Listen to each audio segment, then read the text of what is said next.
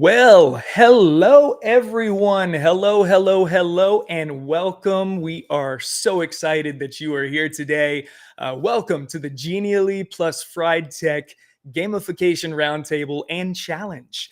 Just a quick heads up before we start. If you didn't already join us in our Genially Live, definitely want to do that. This is an interactive session. We're going to be having some fun, asking some audience poll questions and things like that. So yeah, you're definitely going to want to be in there. So if you haven't already, the link is there in your in the YouTube chat. You can join it there, or you can use the information that you see here on the screen, play.genially.com, and then that 6-digit code right there, or scan the QR code. So lots of ways to join us. We just want you to join us. We'll have a little bit of fun today. All right, so great to see everyone who has joined us here this afternoon or evening or night, whatever it happens to be, wherever you are. I know we always have people joining us from all around the world. So, hey, if you haven't already, drop that in the chat. Where are you joining us from? Where are you joining us from? Always cool to see people from all over the world. I see South Florida and Georgia already in there. Nice. So yeah, lots of different places. That's great. That's awesome. And that'll also give folks a little bit of time to join our live. I see, yes, more and more coming in. That's awesome. Excellent. All right, players. So here we go. If you, again, if you got here a little late, the joining info for this interactive roundtable will remain at the top of the screen once I hit the start button. So no worries if you didn't get it right away. You'll have that join information at the top. I'm going to hit start right now, and we're going to get going. All right. So officially now, welcome to the Genially FriEdTech Gamification Roundtable. My name is James Flaskamp, and I am Genially's community builder for the US and Canada. I am honored and privileged to be moderating this evening's discussion. So we're going to press start, and we're going to take care of a very important part of the gaming process, which is picking your player, right? Really important. So right there on your screen, there's our first little interactive poll. Make your choice. Are you an explorer? Are you a builder? Are you a strategist? Or are you a storyteller? Let's see what kind of crowd we have with us here this evening. All right. Oh, we got a lot of builders so far. Oh, look at this. Okay. It's a close one. Looks like we have a lot of explorers and builders, huh? Okay. We have some strategists in there, some storytellers. Nice. We have a little bit of, looks like we have a little sprinkling of everyone there. Yes, good. It takes all types, right? Okay, awesome. Let's go on to the next one. And this is an equally important question for us to know. And that is, what is your XP level with gamification?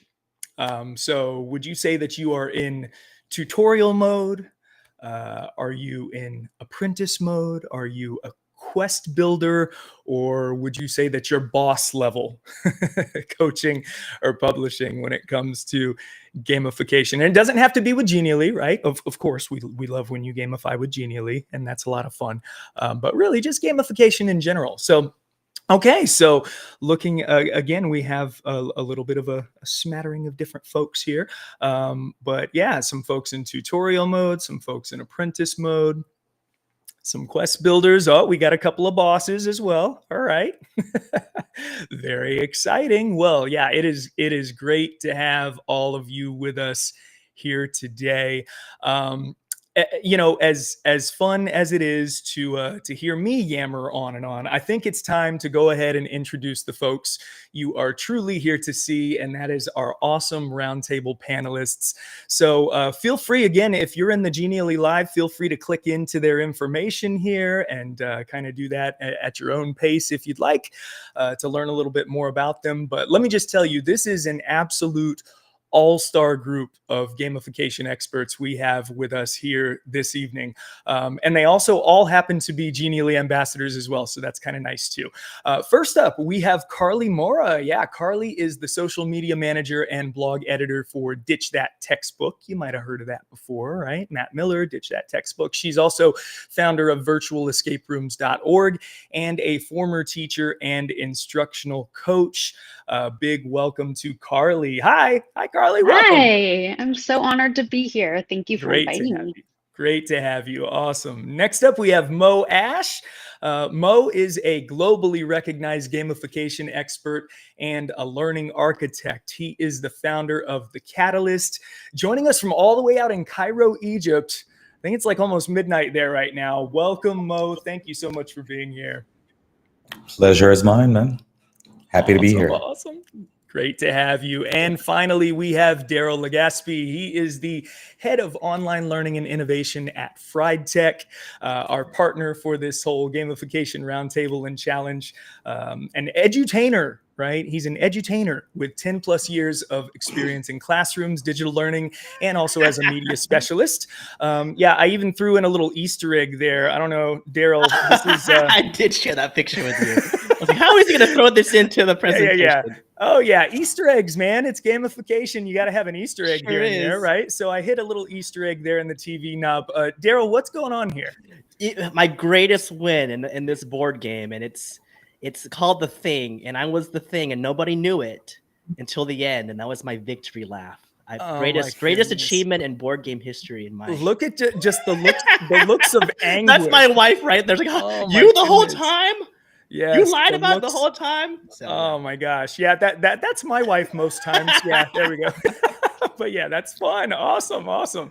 So yes, we have some big time gamification experts. And again, thank you so much to FriEdTech for partnering with us for this roundtable and challenge.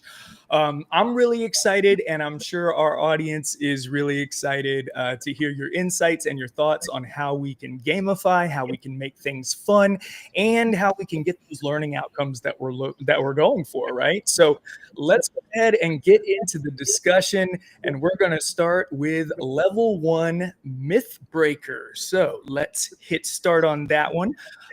So the first question is on the screen, and the poll is open as well. The audience poll is there for you to respond to. Add your vote while the panel speaks. But each question, we're going to start with a different roundtable panelist. Everybody can chime in, but we'll just start with a different one each time. This time we'll start with Carly. Carly, what is a myth that people believe about gamification, and how would you bust that myth? I think a really big myth that people have is that gamification has to be this huge production and that it takes a ton of time and turns your classroom or your professional development into like an arcade and everyone's playing and you need all these tools and tech. And I think that it doesn't have to be that intense. It can be super simple. And when you start gamifying, you can just start with something as simple as gamification language, like having like a whiteboard and your students are doing a problem on their whiteboard and they get it correct. You say, give yourself a star, and you walk around, and once they have 5 stars, they level up to the next task. And so something that simple, no tech, super simple, super easy, I think is an easy way to bust that myth of it being this really intense thing that you need to spend a lot of time preparing for. Yeah. Oh, absolutely. Totally agree. Darryl, Mo, anything on this one? Well, to me, it's the usual PBL, points, badges on leaderboard. Throw some points, offer people some badges, and why not just let them level up on a leaderboard? To me, this is chocolate covered broccoli. Okay, if you're going to be delicious, just throwing some darn points and giving people badges every time they level up or they get to a quest or finish up a module, that's not really gamification. Maybe it's aesthetics, okay, but this is not going to be working on motivating people to finish anything. I remember there's an LMS before that. Okay, you signed up, 10 points. You finish your profile, 25 points. And the point is, what am I going to be doing with those points? What's the point? Am I going, pun intended, what am I going to be doing with this later on? What's the benefit of it? Where am I going with it? So it defies the concept of a quantifiable outcome and the utility of why am I continuing on the journey to say in that gamified system, experience, board game, whatever that is.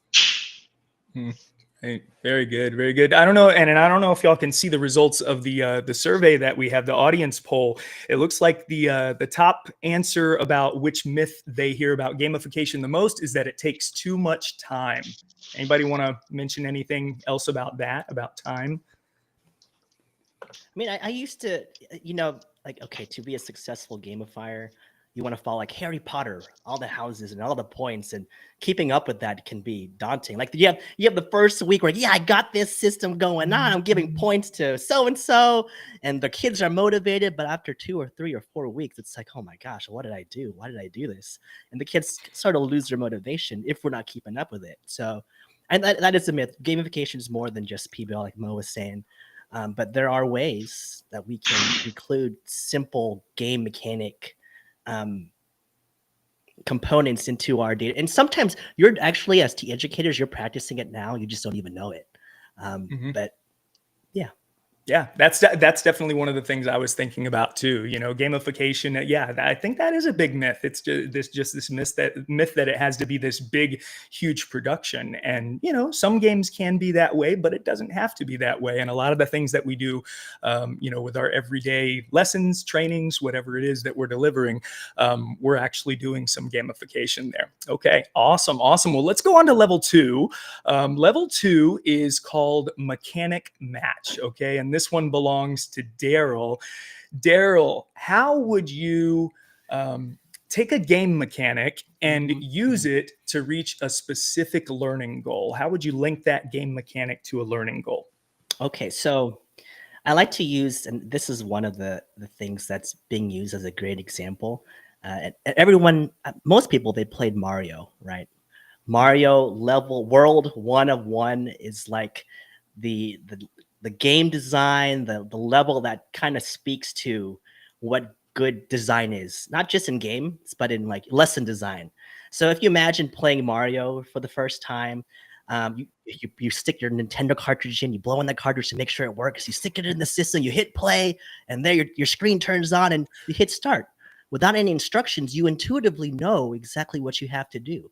Go to left to right, and then you just progressively go right, and then you see this first Goomba. This Goomba with a mean brow, and you're like, what do I do with this Goomba? I'm pretty sure I have to avoid this Goomba, so I'm going to jump over it, right? So what that teaches us with game design, it's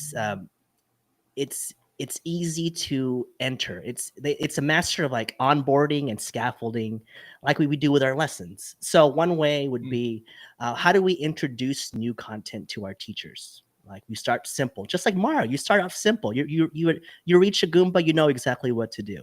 You see a pipe, what do? You jump over the pipe, but there's no pit at the end of that pipe. We're learning how to jump. And let's say, for example, you do fall down off the pit. What happens if you fall off the pit in Mario?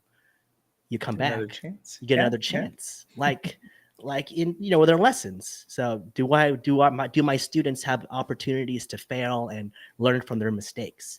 So what we can do, it's like if we're kind of stuck in what type of mechanics, does it have to be points, badges, leadership boards? But I just imagine the games that you like to play. How are those games designed where it's easy for you to just jump right in? How does it engage you? What keeps you playing? And incorporate those mechanics into your lessons. So like, for example, I have this as a prop. I was ready for this. In Mario, you come across this, right? And yes, natural curiosity. I'm just gonna bonk it with my head, and a coin pops out. But not sometimes a flower comes out of it, or a mushroom. It's element of surprise. So how do we invoke element of surprise with our students to keep them engaged, and even listen to the sound? It's that instant feedback. How do we provide? Oh, hey, check it out. Hey, there we go. All right. Hey. We got Mario. How do we special guest cameos here? Instant feedback for our students. I mean, so these are things that you're probably already doing in your classroom that are game mechanics and that are tied to the success to our students. So That's great. I don't know if I answered that question, but no, that's great. Okay. And I especially love that you have a lucky block just ready to go. I do. Right Dave and Buster's, James. Okay. I'm a Dave and Buster's fanatic, and I want it there. So I know where I need to go. Awesome. All right. Carly, Mo, anything else to add here with the mechanic match? I would say that like the reason we're all here is we, use Genially, and there's a lot of these game elements that keep us coming back for more already kind of embedded in there. And so whatever you like to use, like Darryl's saying, like if you love, the badges or the points or the surprise, adding those pieces in to your interactive quiz or your lesson, and hopefully I'm speaking correctly, is that just find something that gets you excited and put that into your own lessons and your own games.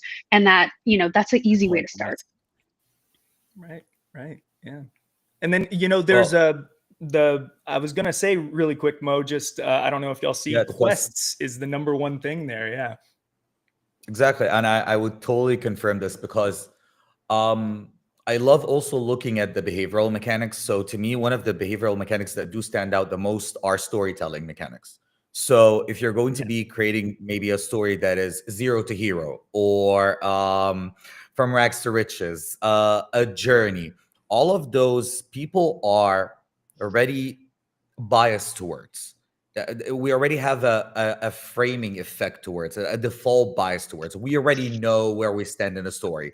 We already know how most superhero movies start off with they were nothing, and then most superheroes are pretty much orphans for some unknown reason, and then they have to level up and get somewhere and like find themselves, and there's redemption. We know what it is. So stories already offer mechanics. They have character development, we continue on, we collect, we know where to look. So if you're doing something like this, you're easing down the extraneous cognitive load that would fall onto the learner to focus on what is the story, what is the narrative, while instead they can just swoop into something that they're already familiar with and focus on the learning instead. So I know what I'm doing. I know that I need to be collecting.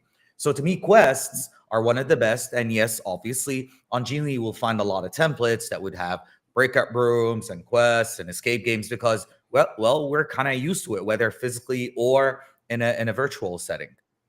Yeah, that's awesome. And one of the things that I've recommended to folks, and I don't know if you all would agree with this, but with the narrative thing, adding a narrative is not hard to do, especially now with all of the AI tools that we have, right? I mean, I've recommended to teachers over and over and over again, if you don't have time to come up with a story, ask ChatGPT to do it. It'll come up with a great story for you that you can adapt and put into your stuff. You know what I mean? So there are lots of ways that you can make things into a quest,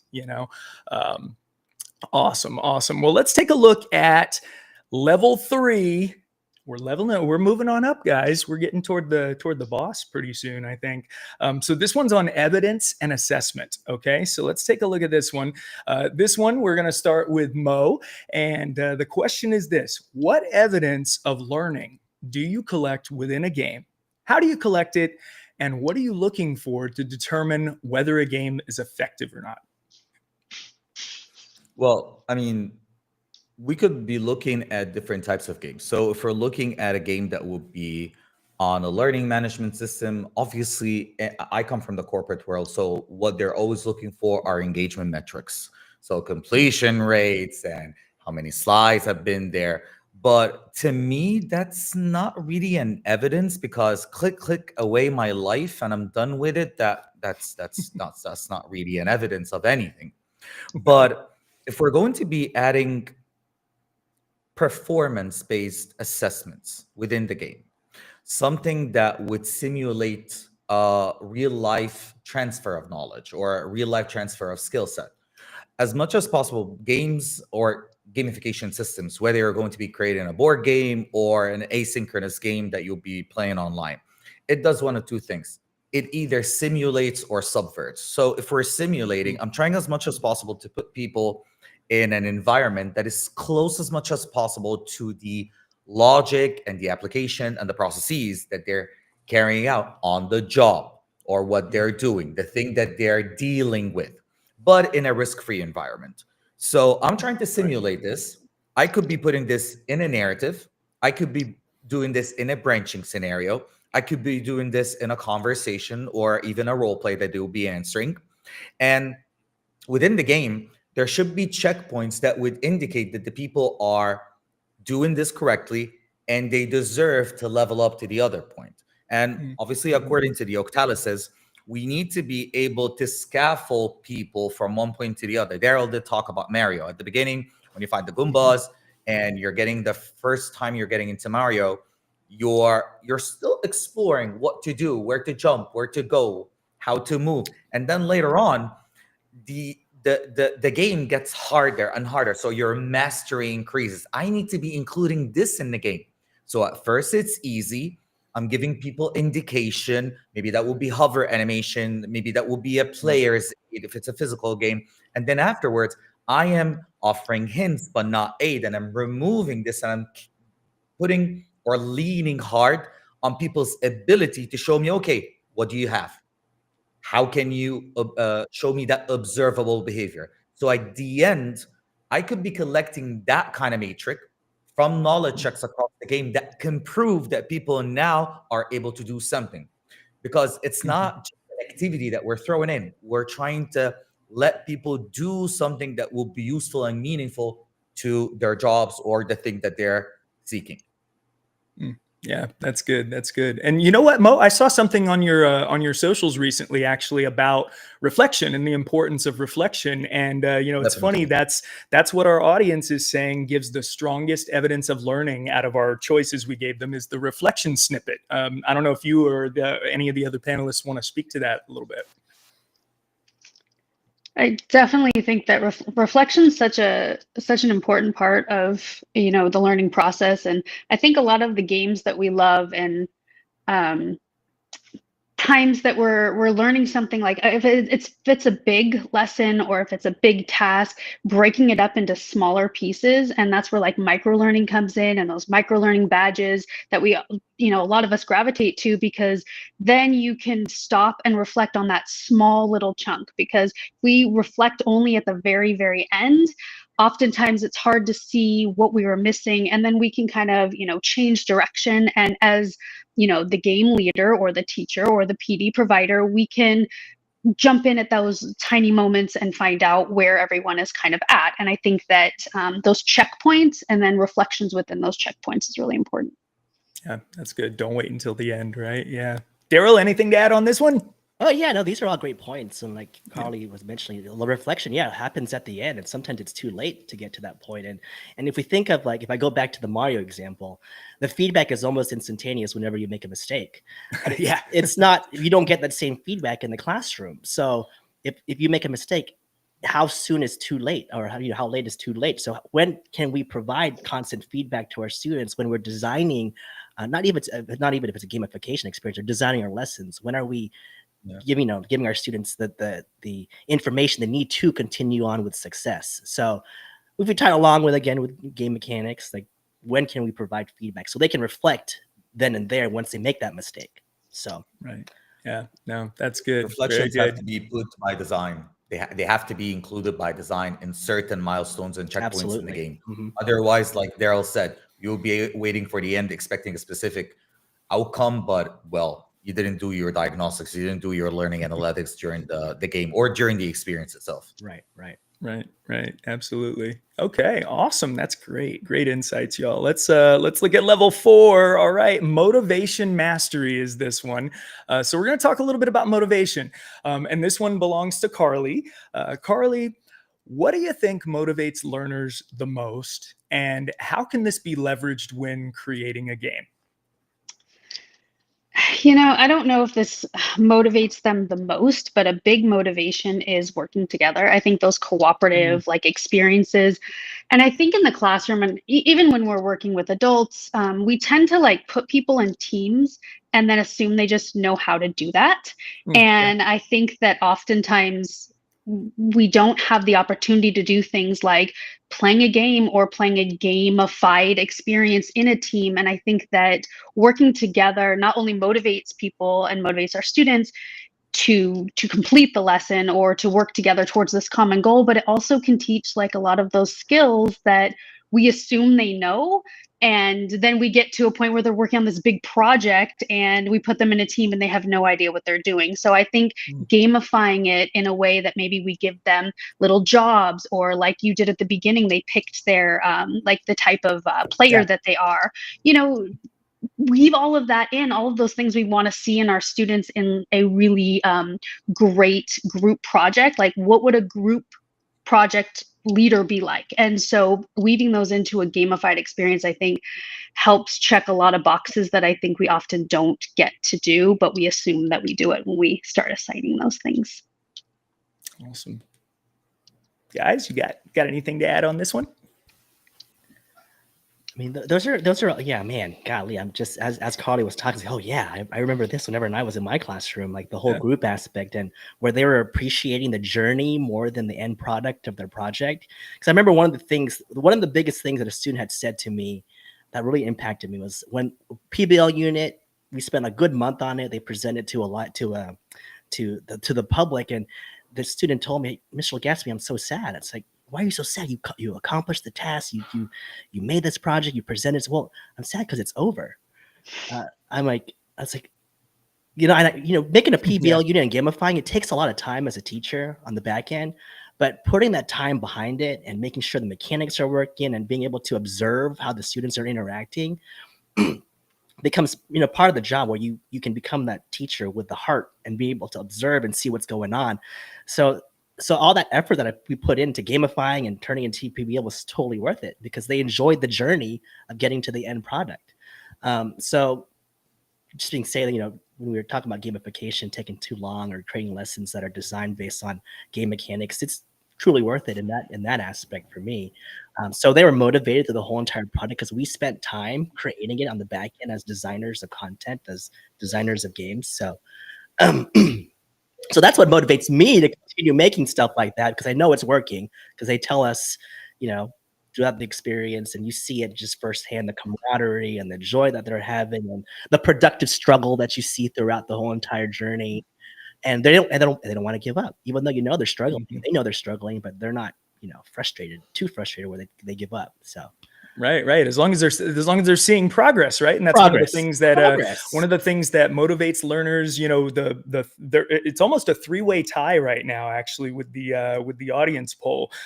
Choice and control, seeing progress, and then just slightly edging those out is work with real-world application. Mo, being from the corporate world, I assume you probably deal with this a little bit. I am in love that those are the three, James, because speaking of struggle. Last week I was conducting an escape game to a group of to a group of like 40s and 50s and 30s, and I love to see the struggle on people in that age. Okay, it really lingers to my masochistic self that I love to see people struggle through a game and be like, hey, I did that. I made you go through this. But anyway, it's probably you're the catalyst of all that pain paycheck that you get when you play a game. Okay, I let you go through to do that kind of anxiety. So they were anxious because they were working in teams, and at one point they're like, "We're not just playing a game; we're applying what you told us about." So I was explaining to them Scamper, which is a tool in project management and the marketing. It's an acronym for brainstorming, and they were applying Scamper in the in the escape game.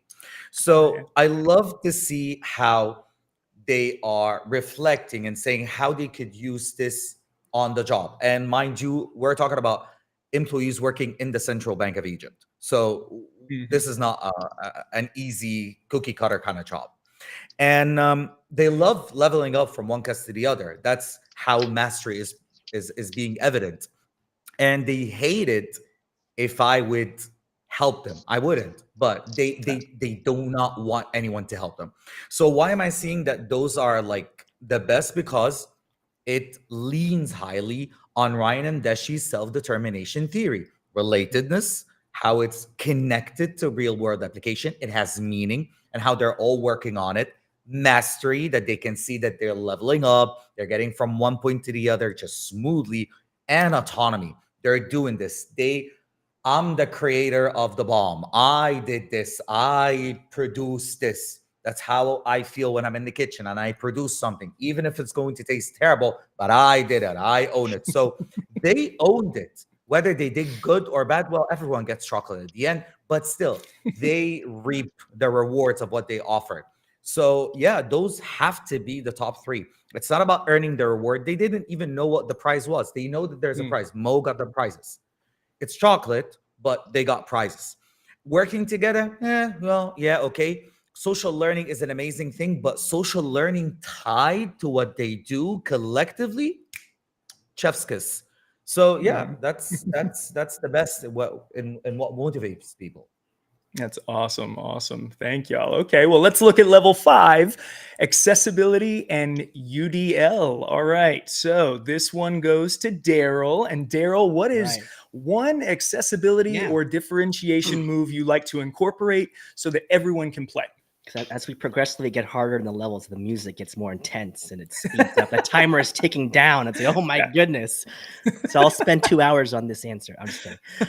So I'm gonna brag on Genially a little bit, because with Fried Online, we create interactive professional development that can be done asynchronously, and we use Genially as our interactives because we know that accessibility is important, making sure our content is accessible to everyone and anyone.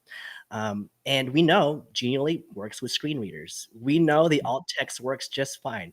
We know there's even a feature where if our users don't know exactly where to click, they can toggle that button and they know exactly how to interact with the content. Well, of course, good design of they wouldn't need that, but that's there if they need it. So we use Genially for all those accessibility features. In the classroom, for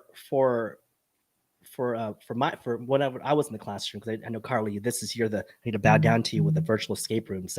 We did a whole bunch of digital escape rooms whenever I was on the campus as a 7th grade science teacher, and giving them the opportunity to choose, opportunity of choice. Either in regards to difficulty level of the activity or a choice board, so they can select different ways of presenting their information. They have that choice. Because a lot of video games, they have choice to decide how they want to progress through that game. And so, for example, we did some digital escape rooms, and for a good majority of the students, they were intrinsically motivated, like you were talking about, Mo. Like they want to accomplish the task. Who cares about the chocolate? They just want to complete the task. But then there were some students who were like, oh, this is too difficult. This is too hard. But every student had the same product. I wasn't going to make 5 different versions of the same game because that takes time. So what we did was we gave them opportunities to come up to us to get a hint for a specific clue. And they got 3, they gave them like a stamp sheet, like, okay, you came up for clue number 1, I'm going to stamp your sheet. But it became a challenge for those students, like, not to use that sheet because they wanted to solve the puzzles on their own. So giving the opportunity for students like to fail forward and know, like, hey, you can come up for assistance. I'm not going to give you the answer right away, but it's going to aid you to become successful in unlocking that lock. So giving them choice and how they take in the information would be one way of incorporating accessibility and UDL in any type of lesson design. Awesome. What else? So I whenever I make escape rooms, I'm always trying to think of like how I can get these, like how I can get them out to as many learners as possible in our K2 crowd. Is kind of like usually, especially K1, it's like, oh, I don't know that this would work with my students. And one thing that I love about Genially is how easy it is to put audio inside there. So I can have the text of whatever the directions or the task or the quest or what the storyline is, and then I can just put in a little audio button, and then with the AI voiceover, I can type it in and then pop it in there, and then it can read it to the student. So the student struggling with reading, it's not going to keep them from doing the escape room. It's not going to keep them from doing the task, because they can just hit that audio and hear it. And for some students, they like to hear it and read it. And so it doesn't keep anyone from being able to do it. So that's a shout out to Genially. I love that you can just put that audio in there, they click on it, and it's right in there. Yeah, that's one of my favorite features too. I love that. Yeah, I love it. And it's so fast and easy to do. Yeah, very easy. Awesome. Well, okay, so we're running a little bit short on time, but I have, one really good one that I wanted to ask to Mo here as our level 6. So speaking of time, right? Time saver is this one. And so the question is this, right? People said that a big myth about gamification is that it takes too long. It takes too long, right? So what is a 5 to 10 minute low prep game that our audience could run tomorrow, and how could they do that?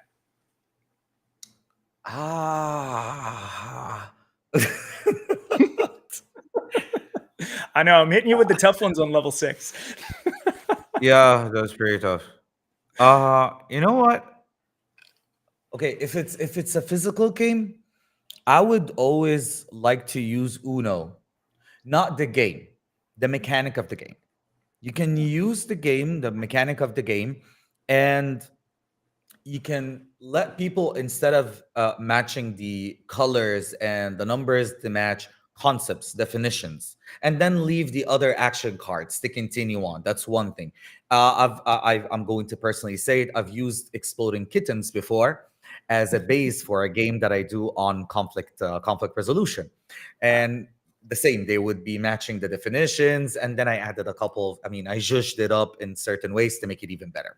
Also, Flux, the game Flux, you could do that. So my point is, you can go and find yourself a good commercial game, pick up a mechanic, and dial it up to 100, dial it up to 200, and build up a game, or mash up two games together and utilize it. If we're going to be using a tool like Genially, for example, you can always use the board games that are there, the board game templates that are there.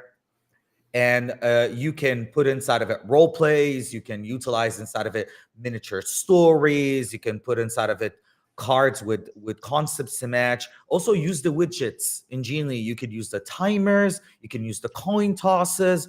You can use the randomizer. I've used the randomizer a lot to let people choose how to move on a board, or like if it's a modular board that you're using. Also, my favorite, which is build a story. Like, there's a very old template on Genie. It's still my favorite, the dragon template, the one with the Dragon Quest. Yes, yeah. Atari one. I love it. It's so simple. It's so basic. You're collecting the gems to fight the dragon at the end. I built an entire story around this one. Okay, and I added content to it, so it was pretty nice. It was played in class, and also it was played asynchronous. So yeah, that's how we could do it. Use card games, use a modular board, add a couple of randomizers, and voila, you can have yourself a game. And always, don't try to invent a new game. Go to Board Game Geek, BBG. That's the holy book. You have games there since 1930. Okay, you can find mechanics there. You can find forums. You can find ready-made print and play games. Take a game, do some brainstorming with it, and you can come up with a game in like a day or two. Not that I'm saying that I do that all the time, but I started off with those. It helped out, especially when you got, is that writer's block or like gamifier's block? I don't know. Gamifier's block. I like it. Gamifier's block. Get the block. That's great. That's great. Awesome. Darryl, Carly, any ideas here for low prep games?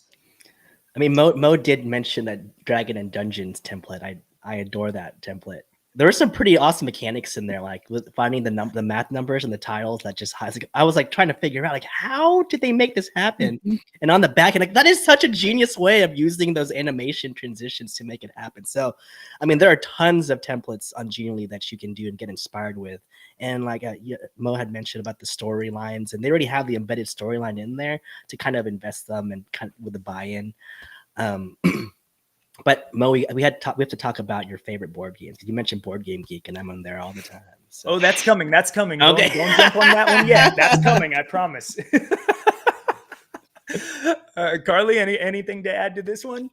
Yeah, I think just grab a template from Genially and throw some, even if it's the matching game or something like that. Or I love the what's behind.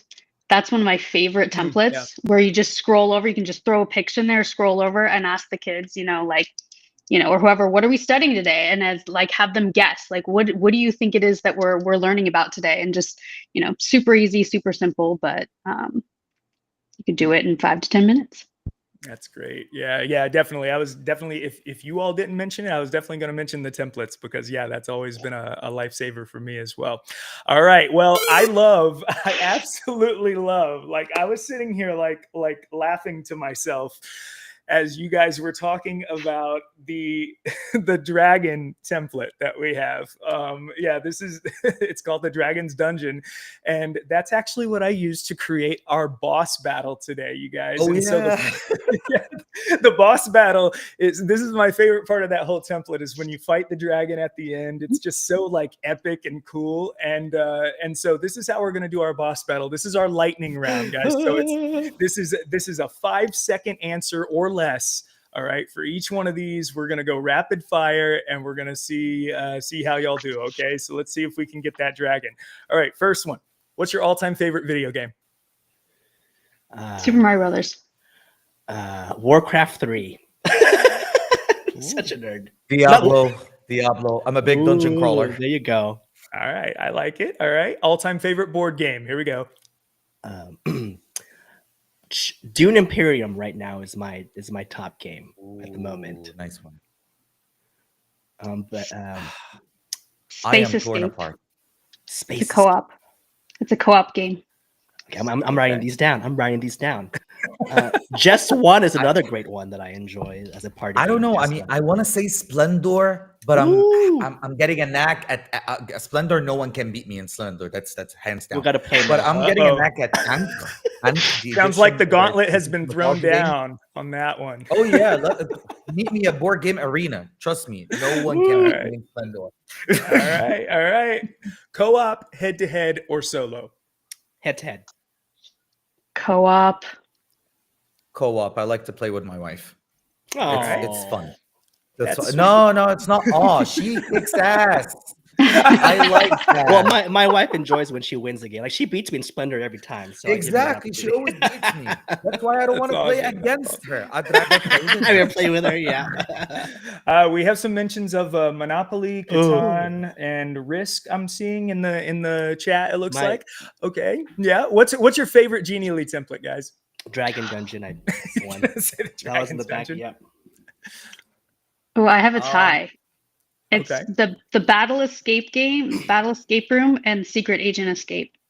Oh yeah, obviously escape rooms. I mean, there are a whole bunch of them. Secret Agent was amazing. I'm going to go for a very old one. It's called the Island. What was it? Escape the Island. Oh yes, yeah, that one's good. It was one of the first templates that I've ever used on Genially once it came up.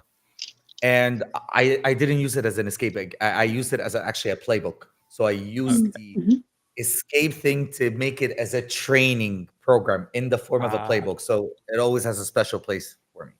So you can adapt it. Yeah. Okay. What's your go-to progress signal? A progress bar, a checklist, or a badge? Badge. Checklist. Progress bar. Oh, all right. Interesting. Okay, what's the perfect team size for a game? Perfect team size. 4. I'd say 4. 4. Yeah, I mean, there's certain games that are out there that can take more than 4, but yeah, it depends there, right? Okay. What's the most valuable non-tech gamification item? Pawns. Pawns. All right. Pawns. And to me, I have a very, I mean, I'm very favoring, I'm biased towards hexes. Catan, hexes. Any hexes, pentagons, hexes, all the day, all day. Okay. A 3D printer. 3D printer. Yeah. Oh, well, okay. We're blurring the line there a little bit, Darryl, but that's okay. A timer, maybe. It's timer of some sort. I like Okay. ciphers. Like anytime I have like I have this wooden pig pin cipher, and I just then I could do all sorts of fun stuff with it, or a printable like Caesar cipher. Like I love those. Yes. Oh, Carly, you have to, I'm with you, go Carly. through a book. You have to go through a book called The Master Theorem. It's a book of ciphers and puzzles. I already have it. I go to it whenever I want to look into new puzzles that I can add to escape game. There are two versions of it. You have to look it up. You will love it. Awesome. Oh, Awesome. I'll love it for sure. So, okay, next one. What is your favorite Genially widget? The randomizer for me. Randomizer? With these dice. Randomizer. Okay, so 2 randomizers. Carly? The dice. I love the the dice. dice. Okay. All right. I like it. I like the sound. Leaderboards. Yes, no, or it depends. Depends. It depends. Depends. Okay. All right. Like a solo personal leadership board, like that probably for my beating myself. Okay. All right. And okay, last one. What is one word you want our audience to take away from this roundtable? One word. Simple. Okay. Keep it simple. Enjoy it. Engagement, not fun. Engagement. Okay. Awesome. Love it. Well, look at that, guys. You win. Nicely done. Yes, I had to throw in the fun. Yeah, there we go. I had to throw in the fun music there. Yes, we have slayed the dragon and completed the round table. We beat the boss. By the way, if you thought that boss battle looked cool, it was adapted from that Genially digital breakout template called the Dragon's Dungeon. You can check that out. I do want to say a huge thank you to our roundtable panelists, Carly Moura, Mo Ash, and Darryl Legaspi. Be sure to follow them on socials. Check out all the awesome gamification stuff that they're doing. Really appreciate y'all. Thank you so much for being here. Thanks for having us. Thank you. And before we wrap up the roundtable and introduce the gamification challenge, we have some free resources for you. So go ahead and scan that QR code or use the bit.ly that you see there on the screen to open the gamification resources arcade. And I'm going to open it up myself, actually. So the QR code and the bit.ly are there on the screen for you.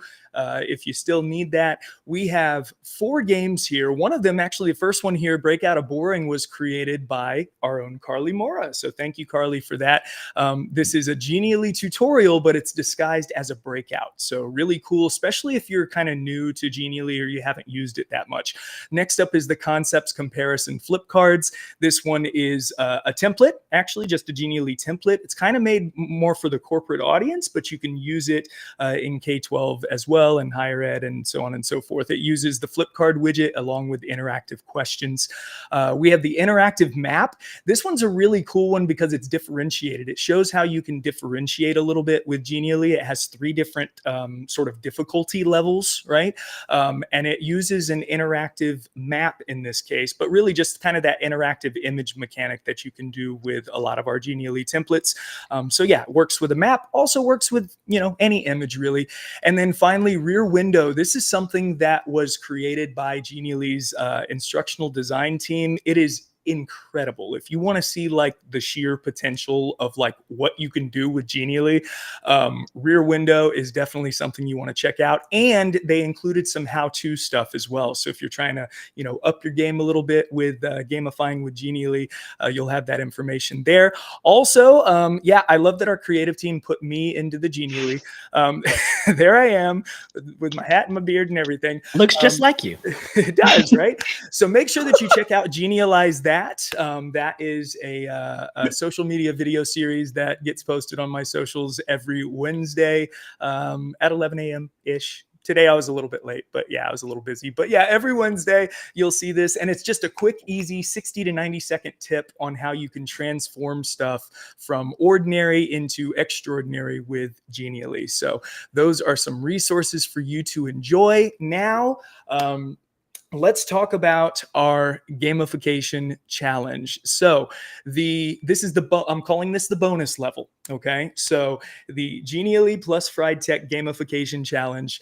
This is your opportunity now to take what you've heard here, what you've learned during this roundtable, and put it into practice. It's a natural extension of the awesome roundtable conversation you just heard. So if you're like me and you feel hyped up and inspired to create a game-based learning experience, here is your chance to do it and to win some prizes in the process. So the basic details are here on the screen. If you're in the Genially Live presentation, you can again click around and check out the info, go, dive in there a little deeper for more information. But the basic details are there on the main screen.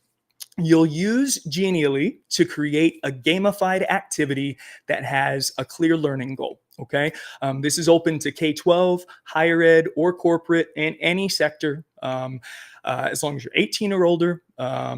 There will be 1 grand prize and 2 runner-up prizes, and I'm going to give you the details of those momentarily.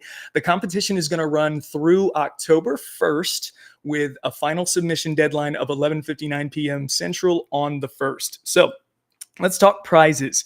The grand prize winner is going to get a 1-year Genially premium license, our top level license. Whether if you're in education, it'll be the Edu 360 license. If you're in corporate, it'll be the author license. But it's our top level license, as well as a 1-year Fried Online membership, so you can enjoy all of the awesome stuff that Darryl and his team creates. Plus, you get a fancy winner's certificate. I'm going to design it myself. It's going to be great for you to display and make all of your friends jealous. The 2 runners up will receive a 3-month Genially premium license, a 1-month Fried Online membership, and a fancy runner-up certificate as well. So all in all, we have over $1,000 worth of prizes up for grabs just for doing some gamification. So that's it, folks. Those are the details. You can grab a copy of everything that I just shared with you by scanning that QR code on the right side of the screen, or just going to that bit.ly or clicking on it. If you're in the live session, you can just click on that and it'll take you to the information that I just showed you, so you can have your own copy. You can bookmark that and use that, because that is also the submission. That Genially is also where you will submit your final gamified activity Genially thing that you create. And if you didn't grab it earlier, here's the QR and the bit.ly for the Gamification Resources Arcade to give you a little bit of inspiration. So we are all out of time for today's session, everyone. A big thank you to FriEdTech for partnering with us for this awesome roundtable and challenge. We hope you're leaving this webinar inspired and ready to create some amazing stuff for your learners. I can't wait to see all the great submissions we're going to get. We appreciate all of you. We love our Genially community. We love our Fried fans. Connect with us on socials. We'd love to hear from you. We'd love to interact with you. Goodbye, everyone. Till next time.